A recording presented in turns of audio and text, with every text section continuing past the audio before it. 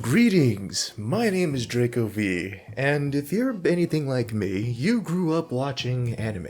Amongst those anime, it was usually like a friend or some sort of relative. They made you watch this one in particular. And it was good. Well, until you stopped watching it. You know, school happened, life happened, you forgot your own birthday a couple of times. But along the way, you ended up rediscovering it. I remember watching this. I'll give it another go. And then you dropped off of it a second time. Bruh. There usually isn't even like a good reason for it. You ever have those friends or peers that say, oh, I don't watch this, or I'm not really a fan of that. And then you ask, why? And they never have a good answer? Well, now you get it. There literally was never a good answer to begin with. It just sort of happened that way. I digress. Even if that didn't happen for you, or just not the same way, or you don't like anime but the stories interest you, or maybe you just came across my channel and you like the way I explain things. Whatever the case may be, welcome aboard, because in this series, I will be recapping and explaining the entire Dragon Ball story. If you like stuff like that, especially if you're interested in variety content, be sure to check out my other stuff, and maybe I could earn your subscription. So this story starts in an undisclosed, remote, and mountainous area, apparently thousands of miles away from civilization, and completely unknown to all. A boy that communicates with nature. And got straight hands! This is Goku. We all know Goku. But listen, you may think that adult Goku is disrespectful. And he is. However, Kid Goku? Yeah, this little jit was a problem. He was a thug. You're about to see as we go on. Anyway, he's living alone, taking care of himself, throwing whole tree trunks in the air and using Kimpo to chop it into firewood. By the way, he's like 12 years old when we start, already putting down more than half of y'all yelling on the internet. But that ain't none of my business. Okay, so while this is happening, we cut to some road on the side of the mountain. There's a car. Why is there a car? She's why there's a car. This is Bulma. A lot of you know Bulma. And for those of you that don't know her, let me tell you, she's the type to wear her own damn name on a shirt. And regularly. I'm not even kidding, bro. Look. Anyway, she pulls out this like device from her pocket. It's clearly a radar. And she gets to talking about it should be around here somewhere. What is it?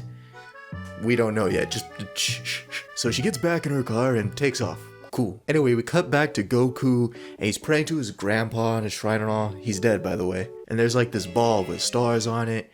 And while he's walking away, it literally starts glowing and making noise. Bro, what? Now, for all of you that didn't watch the anime or anything, but you have some reading comprehension, yes, this is the thing Bulma's looking for. I mean, come on, bro. Anyway, Goku was like, well, that was weird, and let it go immediately, because getting dinner on the table was more important. Bro, some of y'all man babies can learn a thing or two from Kid Goku, I'm just saying. So he's running through the forest, jumping here, dipping there.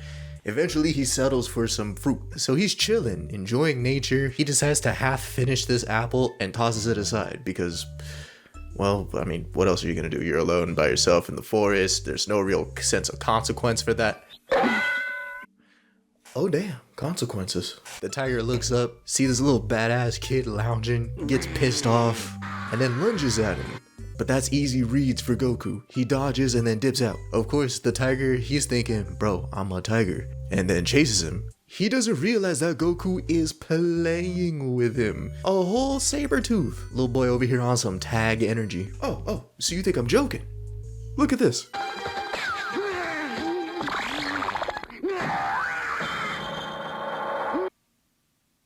This boy really just juked the tiger, baited him into running off of a cliff. Bro, I'd rather just be told to KMS in GTA. The disrespect is crazy. This boy seriously, as a pastime, by the way, led this tiger to his own literal downfall. It wasn't all good and dandy for Goku, however, because the branch he was hanging on actually snapped, and he fell too. I guess karma's a thing in here. I mean, of course, he ends up being fine. It's Goku. So he gets to refreshing himself, and then he starts fishing with his tail, right? And then this whole grown big shark, talking shark actually, tries to take a little bite. And well, that didn't go too well. So he's taking this fish home to eat, right? And that car from earlier, it's blitzing down this path.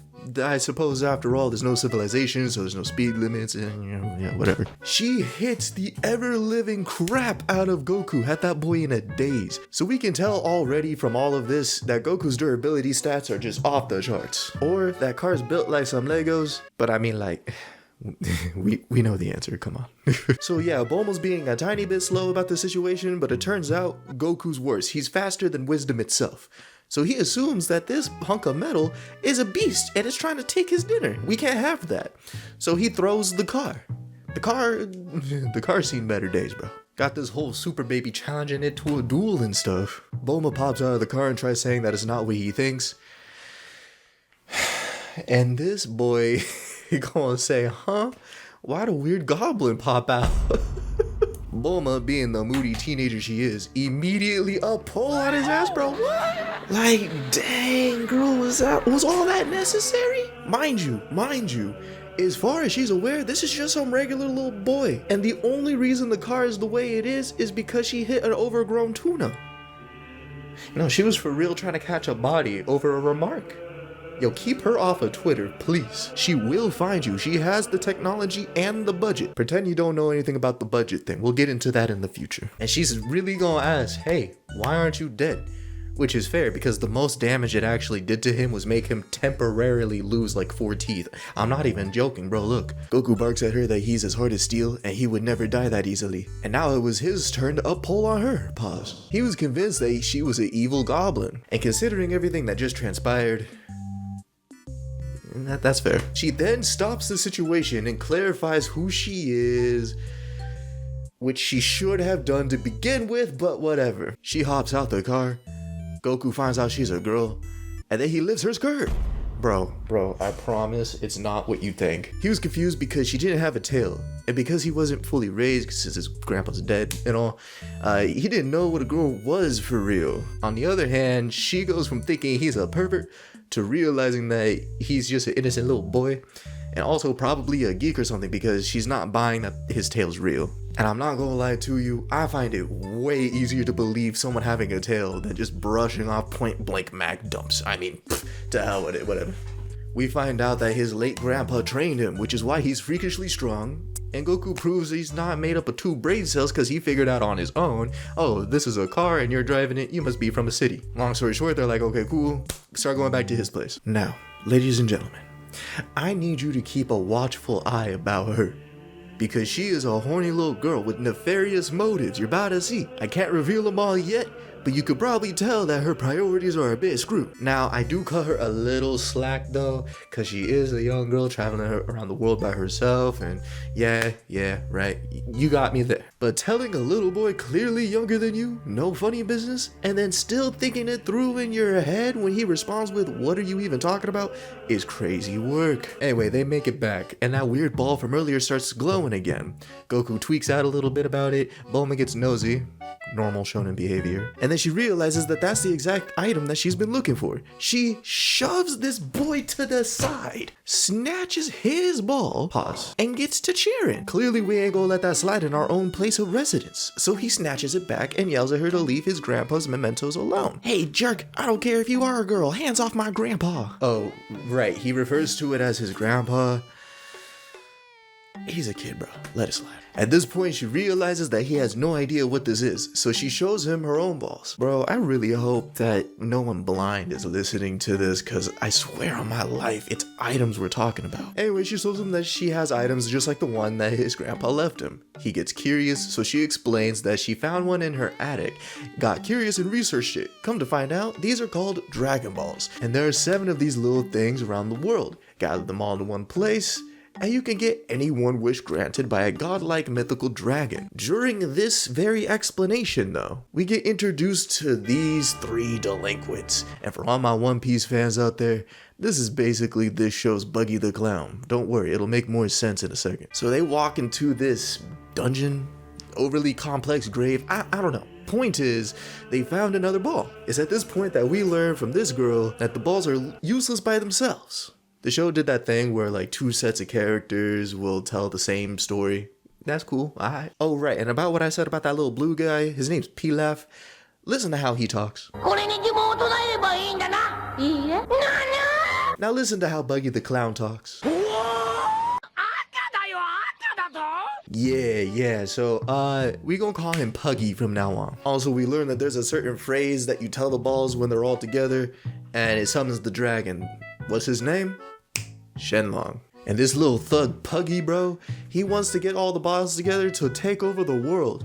Yeah, he's a problem. The show did his job there. Now we're back to the main two characters right now. Goku gets hyped learning about something new, so Bulma took that as an invitation to ask Goku for his Dragon Ball. Goku, he just wasn't going for that. Now, I'm gonna be repeating myself a lot on this, I can tell, but Bulma has some skewed priorities. Because despite knowing that Goku's this little boy, despite knowing that he is not only not weird like that, nor is aware of that type of activity, she gonna give him a whole panty flash and invite him to touch her. What are we doing? Luckily, Goku being all innocent and standing on business, he said, I don't want to touch your dirty butt.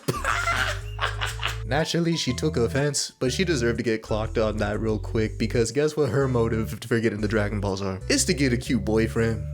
I told you, she got some interesting priorities, bro. Anyway, they go back and forth a little bit and decide to team up and gather the balls together instead. Goku, of course, has decided to hang on to his own ball, which is not only good for him to have boundaries, but it's also just smart plays because we got goons on the loose, bro. Who knows what could happen? On the other hand, she thinks she just got a free bodyguard. She was dead wrong, you better see. So they're walking and stuff, and she explains to him what that device in her pocket was. It's a dragon radar, and it shows you the relative position to where you are to where Dragon Ball is. While she's at it, she shows him this other little device called a Hoi Poi capsule. What are Hoi Poi capsules? These are Hoi Poi capsules.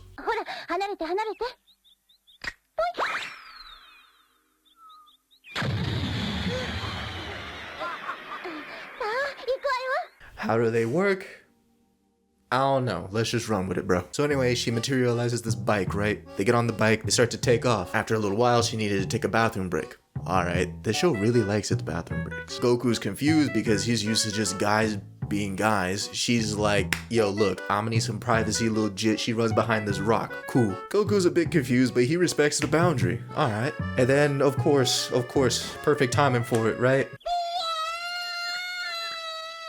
Goku, being naturally curious and worried, he pulls around the rock and oh my gosh, that big ass dinosaur abducted her! No! Oh yeah, and of course it can talk. I'm sure you could probably assume, but this little jackass gonna lie talking about some, oh yeah, I'm her friend, I just need to talk to her about something real quick. Let me tie you up and go over there. At this point, both of our protagonists right now are being slow as heck. Bulma isn't asking Goku for help. Goku is being naive and believing the dinosaur that clearly has her against her will. And he let him tie him up, bruh. So anyway, he gets to flying away, and when I tell you, this is some gooner writing. Now, look, some of y'all might try to argue that he only said that because he hadn't had a human meat in a long time, but no, we're not gonna have that. We know exactly what the implication was. Anyway, Bulma finally locks in and tells Goku to help her, calling him all types of dummy. Goku, all nonchalant and stuff, decides to mumble to himself that she should have just said so.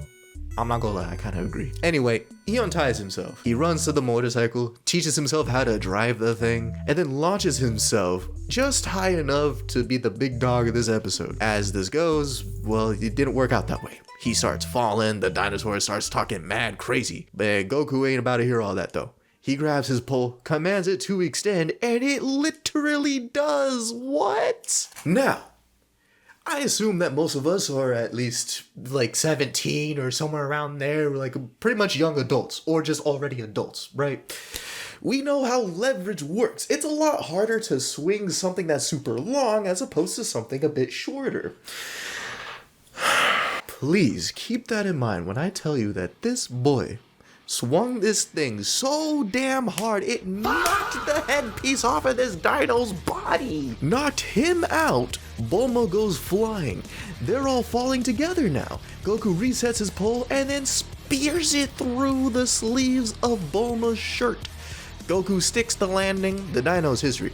He's dead as hell. He looks up and Bulma wet herself. She got stuck to the mountain, and you know what? We just gonna let that one slide, okay? After going through all of that, I feel like that would have been any of us. So they get situated, and we're back to the regularly scheduled program. And they're on the road again. Nice. And that is the first episode. Now, I'm gonna be real with you. I binged this whole series. I binged all of Dragon Ball Z, and I'm just waiting to start Super. I can at least tell you, this is gonna be a really fun thing for me to recap. I got some jokes I have already got in the chamber. That said, I do also want to let all of my current and like incoming subscribers know I like to do these types of series where I let the first episode be its own thing as to just preview what I'm going to be doing. But I also want to remind y'all that I am a variety content creator. This channel is not going to be just anime recap. So if you want to subscribe, allow me to earn your subscription because you're actually interested in like me and my content. All right. If you're only subscribing for the Goku stuff, fair enough, but I warn you, that's not how it's going to be all the time, okay? That said, as always, my name is Draco. I hope you all enjoyed, and I'll see you all next time. Peace.